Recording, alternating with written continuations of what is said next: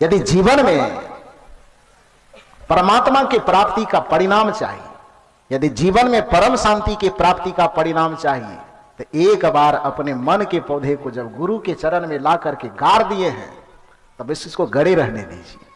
इसको बार बार उखाड़ने की चेष्टा मत कीजिए। यही कर, केवल ये संत कबीर साहब तो यही कहना चाहते हैं ना कि यदि गुरु की भक्ति करते हो तो बाकी सबको छोड़ो। लोगों को लगता है तेरी तो कबीर पंथी होंगे तो बाकी सब चीज छोड़ना पड़ जाएगा। ये केवल कबीर साहब थोड़े कहेंगे, ये दुनिया के जिसके पास जाओगे सब यही कहेगा कि भक्ति का मतलब यही होता है कि एक बार यदि अपने मन को कहीं समर्पित कर दिए तो बार बार उस मन को उखाड़ते उघाड़ते मत रहिए, यहां वहां भटकाते मत रहिए, चंचल मत कीजिए, उसको स्थिर कर दीजिए। हनुमान जी हमारे सनातन धर्म के बड़े पॉपुलर देवता माने जाते हैं, प्रतिष्ठित देवता। एक भक्त हनुमान जी के मंदिर में पहुंच गया और कहा कि हे हनुमान जी, हम तो इतने बड़े पुजारी हैं कि आपकी भी पूजा कर लेते हैं और 12 घंटा के अंदर हजारों मंदिर में चक्कर लगा आते हैं, हमारी मनोकामना पूरी होगी कि नहीं होगी? हनुमान जी ने कहा कदाचित जो मंदिर में नहीं आता है उसका मनोकामना पूरा हो भी सकता है, लेकिन तुम जगह जगह चक्कर लगाते हो, सब देवता के सामने सर झुकाते हो, तुम्हारा मनोकामना कभी पूरा नहीं होगा। तो भक्त ने कहा कि कैसी बात करते हैं, हम ढेर देवता के पास जाते हैं तो हम तो बड़ा पुजारी हुए ना, ढेर मंदिर में जाते तो हम बड़ा पुजारी हुए ना। हनुमान जी ने कहा कि मेरा चालीसा पढ़े हो, हनुमान चालीसा पढ़े हो? उसने कहा पढ़े भी हैं और लाउड स्पीकर में सुने भी हैं, 40 ठो चौपाई हो तो याद भी है, कंठस्थ हो गया है। कहा याद है तो कभी उसकी तरफ गहराई से विचार नहीं किया। गहराई से विचार करोगे तो भक्ति का अर्थ समझ में आ जाएगा। हनुमान जी कहते हैं कि यदि मेरे चरण में तुम अपने मन के बीज को लगाए हो, मन का पौधा गला दिए हो, तो सबसे पहली शर्त यह है और देवता चित्त न धरई हनुमत से ही सर्व सुख लहई। इसके अर्थ पर कभी विचार किए? क्या कह रहा है हनुमान जी? क्या कह रहे हैं? यदि मेरा भक्त होना स्वीकार करते हो, मेरे भक्ति में तुम्हारी निष्ठा है, तो सबसे पहली शर्त यह है भक्ति की कि और देवता चित्त न धरई। मतलब क्या हुआ इसका? और किसी देवता के विषय में अपने चित्त में कोई धारणा बनाओ कि नहीं बनाओ, और किसी देवता को अपने चित्त में धारण करो कि नहीं करो। इस पंक्ति का क्या अर्थ है? और देवता चित्त न धरई, और किसी देवता को अपने मन में, अपने चित्त में, अपने जीवन में जगह दो कि नहीं दो। देने के लिए कह रहा है कि नहीं देने के लिए कह रहा है? नहीं देने के लिए कह रहा है। और देवता चित्त न धरई, यदि मेरी भक्ति करना चाहते हो, मेरी भक्ति से शांति प्राप्त करना चाहते हो, तो केवल एक बार मेरे चरण में अपने शिष्य को समर्पित करके, अहंग मन चित्त को समर्पित करके, अब बाकी पूरे दुनिया के सब चीज को भूल जाओ, केवल मेरा स्मरण करो। भगवान श्री कृष्ण से पूछने गया कोई व्यक्ति कि हम यदि आपकी भक्ति करना चाहते तो हमें क्या करना पड़ेगा? भगवान श्री कृष्ण ने गीता में कहा, ध्यान से सुनिए। भगवान श्री कृष्ण कहते हैं सर्वधर्म परित्यज्य मामेकम शरणम व्रज। अर्थ क्या होता है? सर्वधर्म परित्यज्य, धर्म के नाम पर जितने कर्मकांड फैले हुए हैं, जितना पूजा पाठ विधान फैला हुआ है, सर्वधर्म परित्यज्य। परित्यज्य का मतलब पकड़ना होता है कि छोड़ना होता है। त्याज तज में परि उपसर्ग लगा हुआ है, तो सर्वधर्म परित्यज्य, धर्म के नाम पर जितने पूजा पाठ धार्मिक विधान और कर्मकांड है, उसको क्या करना है? क्या करना है? पकड़ना कि छोड़ना? छोड़ देना। सर्वधर्म परित्यज्य माम एकम शरणम व्रज, धर्म के नाम पर फैले जितने विधान पूजा पाठ कर्मकांड है, सबको छोड़ करके केवल मेरे चरण में अपने मन को अस्थिर और समर्पित कर दो, तो शांति का दरवाजा खुल जाएगा, परमानंद और परमात्मा का दरवाजा खुल जाएगा। ये श्री कृष्ण कहते हैं। तो हनुमान जी से पूछने जाओगे तो वो भी ये कहेगा, यदि केवल एक के चरण में अपने मन को स्थिर करो, बाकी सबको छोड़ दो। कृष्ण से पूछने जाएंगे तो कृष्ण भी यही कहेगा। बाबा महर्षि में ही से पूछने जाएंगे, महर्षि में ही बाबा क्या कहेंगे? बिना गुरु की कृपा पाए नहीं जीवन उधारा है। बिना गुरु की कृपा प्राप्त की, गुरु का आशीर्वाद प्राप्त किए, जीवन का उद्धार संभव नहीं। गुरु की भक्ति करने वाले लोग बाबा में ही से पूछते हैं, ठीक है आपकी पूजा तो करेंगे ही, गुरु की पूजा करेंगे ही, लेकिन और जो 33 करोड़ है उसको क्या करें? कभी मन इधरों लपकता, उधरों लपकता, उधर भी लपकता, अब क्या करें? महर्षि मेही बाबा ने कहा कि ये तो भक्ति का नियम यही है कि सबको छोड़ के एक में निष्ठ होना पड़ेगा। राम भी यही कहते हैं, कृष्ण भी यही कहते हैं, शिव भी यही कहते हैं, कबीर भी यही कहते हैं, बुद्ध भी, सब यही कहते हैं, कहना पड़ेगा, इसके अलावा कोई रास्ता नहीं है।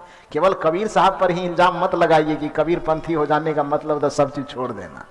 ये भक्ति की शर्त ही यही है कि सब छोड़ना पड़ेगा। तो महर्षि मेही बाबा ये कहते हैं, गुरु की नित्य कर पूजा, जगत इन सम नहीं दूजा। यदि हम गुरु के भक्त हैं तो हमारा पहला कर्तव्य होता है कि गुरु की नित्य पूजा करें, गुरु की भक्ति करें, गुरु में अचल अटल विश्वास करें, उनके बताए निर्देश के अनुसार साधना करें, उनके निर्देश के अनुसार जीवन का आचरण करें, उनके जीवन उपदेश के अनुसार अपने जीवन को जीने का प्रयास करें और केवल एक गुरु पर अटल विश्वास करके बस उनकी तरफ ही अपने निगाह को जोड़े रखें, स्थिर रखें। गुरु की नित्य कर पूजा, जगत इन सम नहीं दूजा। लोगों ने कहा कि बाबा आप कहते हैं कि जगत इनके समान दूसरा नहीं है, तो आप किसी और देवी देवता की पूजा वगैरह किए कि नहीं किए? महर्षि मेही बाबा कहते, ध्यान से सुनिए, गुरु की नित्य कर पूजा, जगत इन सम नहीं दूजा, मेही को आन नहीं सूझा। इस शब्द का अर्थ जानते हैं कि नहीं? मेही को आन नहीं सूझा, ये हम लोगों के बिहार की भाषा है ना। मेही माने गुरु महाराज कहते हैं कि हम जब संसार में देखें कि गुरु के अलावा कोई दूसरा देवता दिखाई देता है कि नहीं दिखाई देता है, तो वो कहते हैं कि हमको आन माने क्या होता है? आन माने दूसरा, अनकर, आन, ये सब अपनी लोक भाषा है। तो आन माने दूसरा, मेही को आन, संस्कृत का जो अन्य शब्द है वही लोक भाषा में अन्य शब्द ही आन बन जाता है। मैथिली में अनकर माने दूसरा का, भोजपुरी में कहेंगे तो आन माने दूसरा, और संस्कृत में कहेंगे तो अन्य, अन्य माने दूसरा। अन्य, आन, अनकर ये एक तरह का शब्द है, भाषा का अंतर है। गुरु की नित्य कर पूजा, जगत इन सम नहीं दूजा। इसके समान दूसरा कोई देवता पूरे संसार में नहीं है।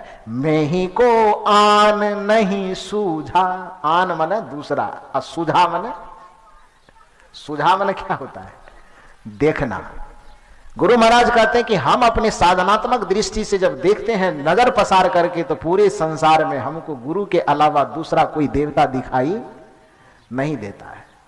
हम इनसे दीक्षा लिए हैं 30 वर्ष से, 40 वर्ष से, हमको कैठो देवता दिखाई देता है? जितना बैठे हुए लोग सब हैं, गुरु की भक्ति करने वाले करोड़ों लोग हैं, वो गुरु कहते हैं कि हम जब देखते हैं संसार में तो गुरु के अलावा हमको कोई दूसरा सूझा नहीं, कोई दिखाई नहीं दिया। हम भजन भेद लेकर के 30 वर्ष से ध्यान कर रहे हैं, पूजा कर रहे हैं, साधना कर रहे हैं। अब गुरु के पूजा करते करते करते करते दूसरा पूजा आ गया तो थोड़ा उधरों जाके पान प्रसाद चढ़ाते हैं। छठ आ गया तो थोड़ा वो भी कर लेते हैं, काली पूजा आ गया थोड़ा वो भी कर लेते हैं, अब मौका लगा तो दुर्गा मैया को पठवा खसिया भी चढ़ा देते हैं, चुनरी भी चढ़ा देते हैं। तो जिस गुरु की हम भक्ति कर रहे हैं वो गुरु कह रहा है कि गुरु के अलावा हमको कोई दूसरा दिखाई नहीं दे रहा है। हम उनके भक्त होके भक्ति करते हैं, फिर भी हमको 75 तो दिखाई देता है। हमारी भक्ति कभी पूरी होगी? पूरी हो जाएगी? पूरी नहीं होगी। भक्ति की शर्त ही है कि एक में अपने आप को स्थिर करके बाकी सब आदर सबका करना। भूलने का ये अर्थ नहीं होता है कि मैंने निंदा करना या उठपटांग बोलना या और कुछ करना, ये छोड़ने भूलने का मतलब नहीं होता। मतलब यह, जैसे मान लीजिए कि हमारे पास दृष्टि एक है, अभी हम आपके तरफ देख रहे हैं, तो हमारे दाएं तरफ क्या हो रहा है ये हम देख रहे हैं, हमारे बाएं तरफ क्या हो रहा है ये हम देख रहे हैं, हमारे पीछे क्या हो रहा है ये हम देख रहे हैं, हमारे ऊपर क्या हो रहा है ये हम देख रहे हैं, हमारे नीचे क्या हो रहा है हम देख रहे हैं? नहीं देख रहे। दृष्टि की धार एक है, यदि एक पर लगी रहेगी तो स्वाभाविक है कि अनेक छूट जाएगा। एक में स्थिर होने के साथ ही सब को छोड़ना नहीं पड़ता है, वो अपने आप छूट जाता है। और यदि हम कहें कि हमको सब दिखाई दे रहा है, तो इसका सीधा सा अर्थ है कि हमारा माथा स्थिर नहीं है। सब हम कब देखेंगे? जब हमारा माथा चारों तरफ घूम रहा है, तब दाएं भी देखेंगे, बाएं भी देखेंगे, ऊपर भी देखेंगे, नीचे भी देखेंगे।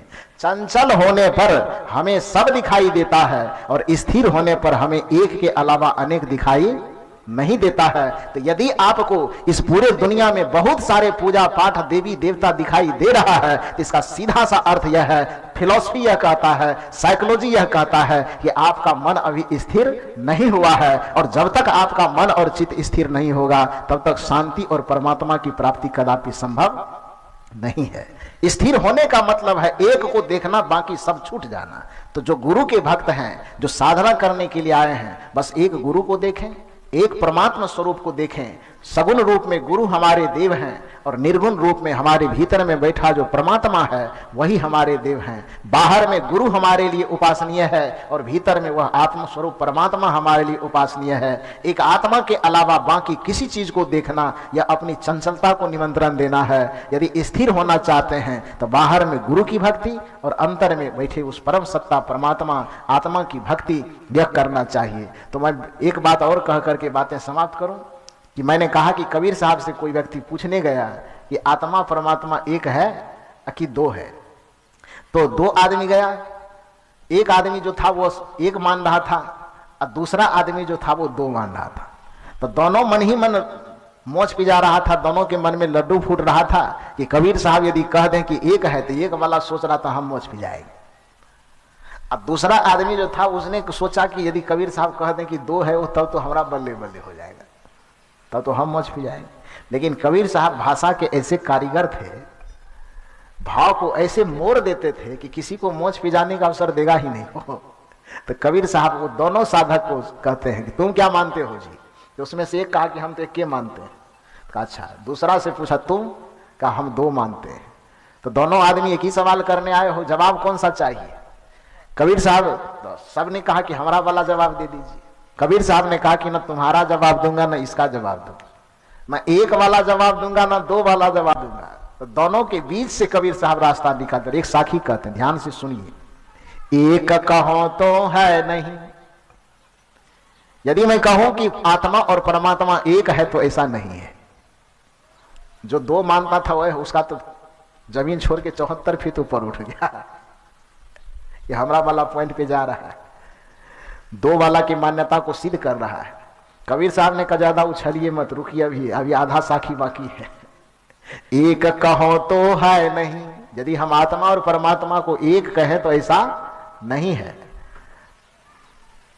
एक वाला मुरझा गया, दो वाला खिलने लगा। कबीर साहब का रुको रुको, न मुरझाओ न खिलो, अभी और सुनो। एक कहो तो है नहीं और दूजा कहो तो गारी।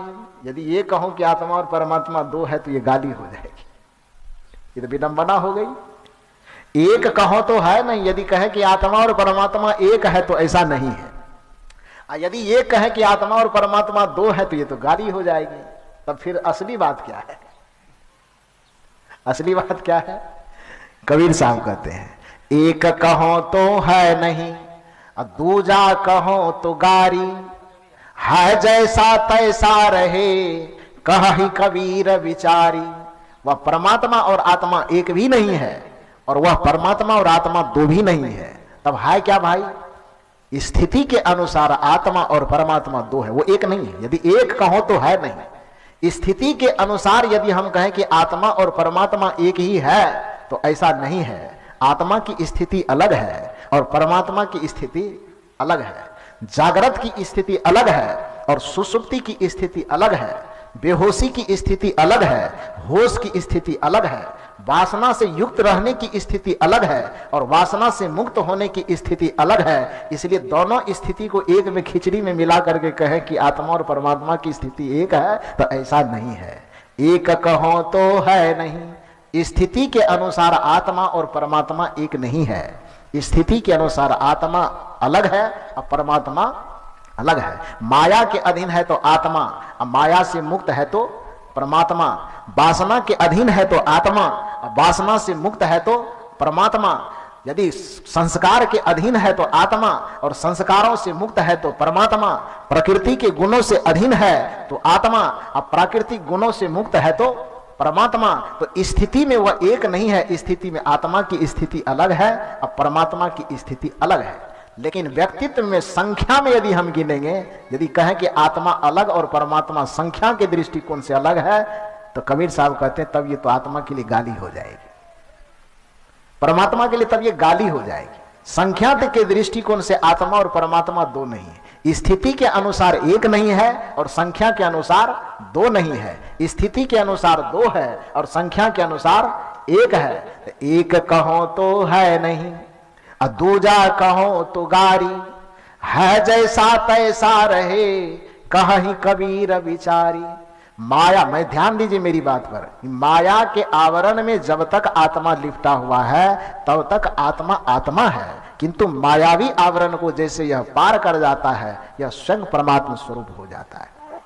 यह कबीर साहब कहते हैं, दुनिया के सभी संत कहते हैं, यहां तक कि पूज्य महर्षि मेही बाबा की जो स्तुति विनती प्रार्थना हम लोग गाते हैं, सुनते हैं, और हम तो ऐसे सौभाग्यशाली हैं इस मामले में कि हमको, जैसा कि हमारे श्री नारायण बाबू भी बता रहे थे कि 2018 में जब जिलाधिवेशन हुआ, कुप्पा घाट से सभी संत महापुरुष आए, उन मंचों पर भी मुझे सम्मान पूर्वक बुलाया गया, मैं गया।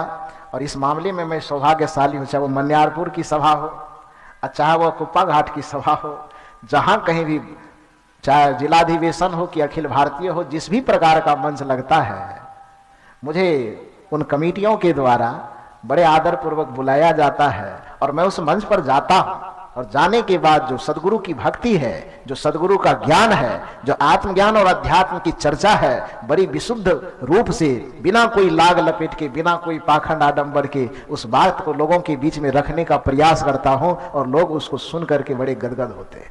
क्योंकि संतों, अभी हमारे संत बता रहे थे स्वामी जी कि जो सुलझे हुए संत होंगे उनके विचारों में कोई अंतर नहीं होता है। ये संत मत की परंपरा भी यही कहती है कि पंथ, पंथाई और मोटी भावनाओं को हटा करके देखा जाए तो पता क्या चलता है, सभी संतों का एक ही मत है। और हम लोग जो पाठ करते हैं सुबह सुबह ये लोग पाठ करते हैं ना, उसी तरह से हम लोग सुबह सुबह पाठ करते हैं। तो उस पाठ में 9 नियम हम लोग बताते हैं। 9 नियम का जो आखिरी नियम है, नम्मा नियम, उस नम्मा नियम में हम लोग कहते, ध्यान से सुनिए, कि किसी भी संप्रदाय से भेद नहीं करके, किसी भी संप्रदाय एवं तत्संबंधित शास्त्रों का विरोध नहीं करके प्रेम पूर्वक विवेक से उनकी अच्छाइयों को ग्रहण करना चाहिए। ये नम्मा नियम है हम लोगों का। कोई भी मत है, कोई भी पंथ है, ऐसा थोड़े है कि उसमें सब चीज बुरा ही होगा, अच्छा नहीं होगा। यदि कुछ भी अच्छाई नहीं होगी तो वो परंपरा चलेगी ही नहीं। यदि उसमें कुछ भी अच्छाई नहीं होगी तो वो परंपरा समाज में मान्यता ही प्राप्त नहीं कर सकेगा। यदि उसमें कुछ अच्छाई नहीं होगी तो समाज के बीच में वो जिंदा ही नहीं रह सकेगा।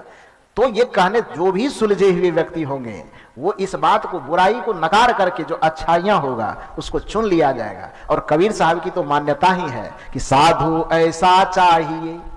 यदि तुम साधना के मार्ग में आए हो, भक्ति के मार्ग में आए हो, तो तुम अपने स्वभाव को सूप की तरह बनाओ। कबीर साहब कहते हैं, साधु ऐसा चाहिए जैसा सूप सुभाय, सार सार को गही रहे थोथा देय उड़ाए। जैसे एक सूप के बीच में, सूप के पेट में यदि अच्छा और बुरा भूसा और अनाज मिला करके डाला जाता है तो सूप का स्वभाव यह है कि उछलते उछलते, फटकते फटकते उसमें से जो भूसा होता है उसको बाहर फेंक देता है और उसका जो सारांश चीज होता है, अनाज होता है, उसको अपने अंदर रख लेता है। तो उसी प्रकार से हे सत्संगी, हे साधक, आप मत के और पंथ के चक्कर में मत पड़िए। आप मतवाद और पंथवाद के चक्कर में न उलझ करके केवल धर्मवाद और अध्यात्मवाद के पथ को स्वीकार कीजिए। साहब कहते हैं कि जैसे भूसा और अनाज मिला करके सूप में डाला जाए तो भूसा बाहर चला जाता है और अनाज अंदर रह जाता है। हे साधक, हे सत्संगी, आप भी अपने स्वभाव को सूप की तरह बनाओ कि दुनिया के अच्छे और बुरे चीज भी मिल करके यदि तुम्हारे जीवन में आ जाए तो उसमें से बुराई को तुम बाहर फेंक दो और अच्छाई को अपने अंदर समेट करके रख लो। यही सत्संगी का स्वभाव होना चाहिए, यही भक्त का स्वभाव होना चाहिए, यही ज्ञानी का स्वभाव होना चाहिए।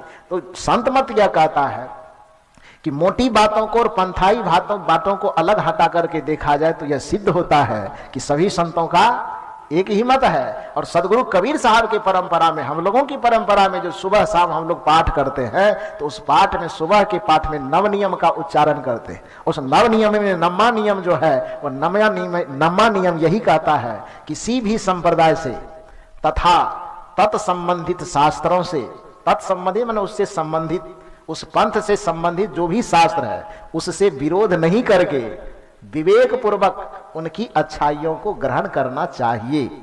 यह शिक्षा है और यही सारांश शिक्षा है।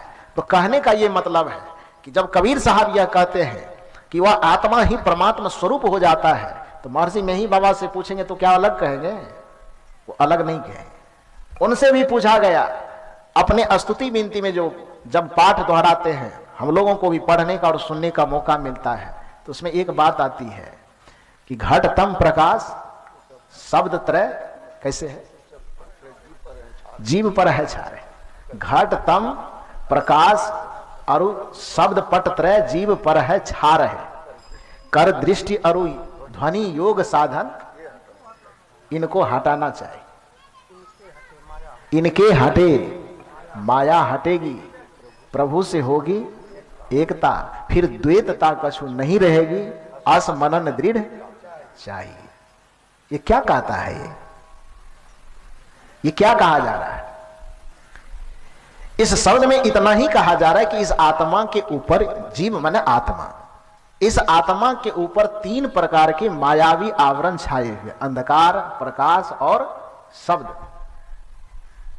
उसी को आप वासना, कुसंस्कार, जो भी आपको नाम देना है दीजिए, नाम से कोई फर्क पड़ता नहीं है। माने माया का वो आवरण है, तीन आवरण, अंधकार का आवरण, प्रकाश का आवरण और शब्द का आवरण। ये तीन के आवरण जब तक इस आत्मा पर पड़ा हुआ है तब तक यह आत्मा है, तब तक यह जीव है। दृष्टि साधन, योग साधन, ध्वनि साधन करके क्या करना चाहिए? मानस जप, मानस ध्यान, दृष्टि साधन, नादानुसंधान करके क्या करना चाहिए? इनको पकड़ना चाहिए कि इनको हटाना चाहिए? क्या करना चाहिए?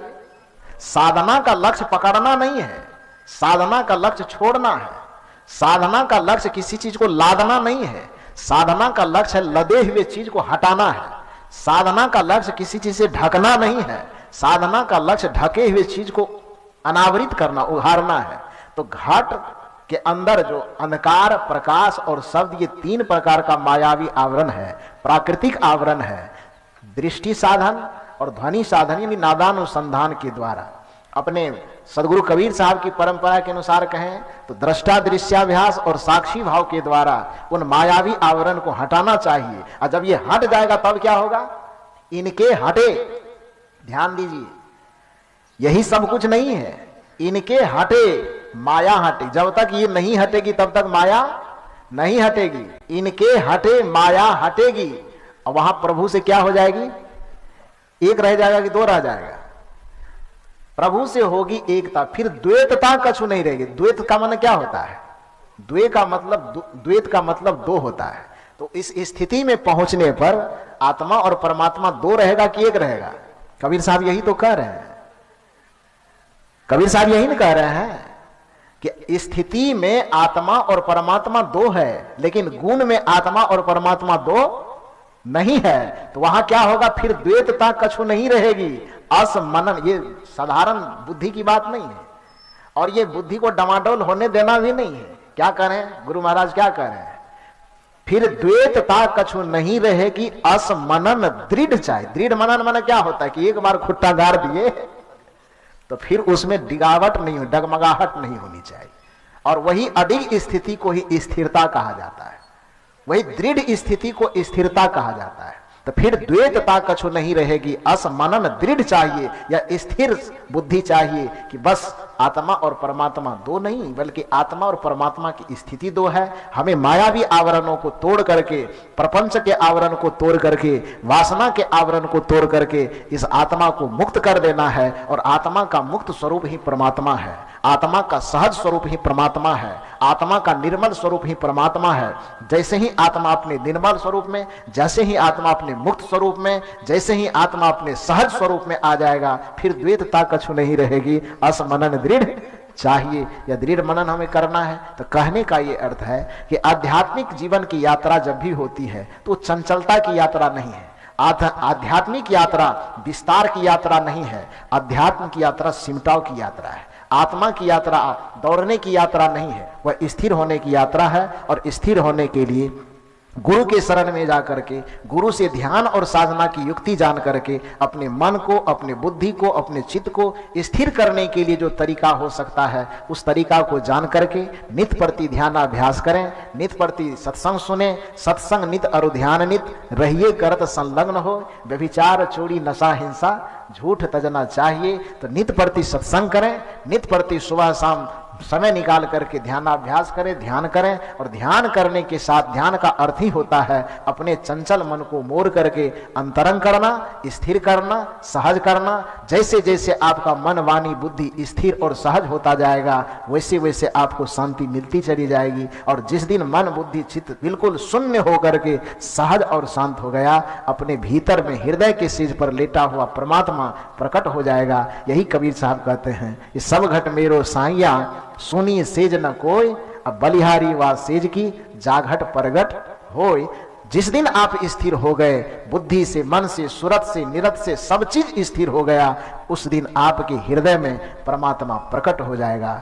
यही आपके जीवन का लक्ष्य है, यही आपके आध्यात्मिक जीवन की पूर्णता है, और यही आपके मानव जीवन की पूर्णता है। बस इतना ही निवेदन करके आप सभी लोगों के हृदय में बैठे परमात्मा को सादर नमन करता हूं। मंचासीन समस्त पूज्य संत गुरुजनों के चरणों में कोटि कोटि नमन करते हुए, और साथ ही जो हमारे आयोजक हैं परम आदरणीय श्री राधे साहब, और उनके जितने भी सहयोगी हैं जिनका नाम मैं नहीं भी जानता हूं, फिर भी मैं हृदय से शुभकामना करता हूं उसके प्रति कि इसी तरह संत सदगुरु के प्रति, सत्संग के प्रति उसकी आशा निष्ठा बनी रहे, इसी तरह से निरंतर उनकी आध्यात्मिक उन्नति होती रहे, उसका भौतिक जीवन उन्नतिशील हो, धन्य धान्य स्वास्थ्य से परिपूर्ण रहे, और सब इसी तरह से गुरु भक्ति में आनंद मगन के साथ सदा जुड़े रहें, इसी तरह से हंसते मुस्कुराते रहें। सबको बहुत बहुत धन्यवाद साधुवाद देते हुए, जितने लोग सत्संग सुनने आए हैं, जो ना आ सके अपने घर से भी ध्वनि विस्तारक यंत्र से सुन रहे हैं, उन सब के लिए भी शुभकामना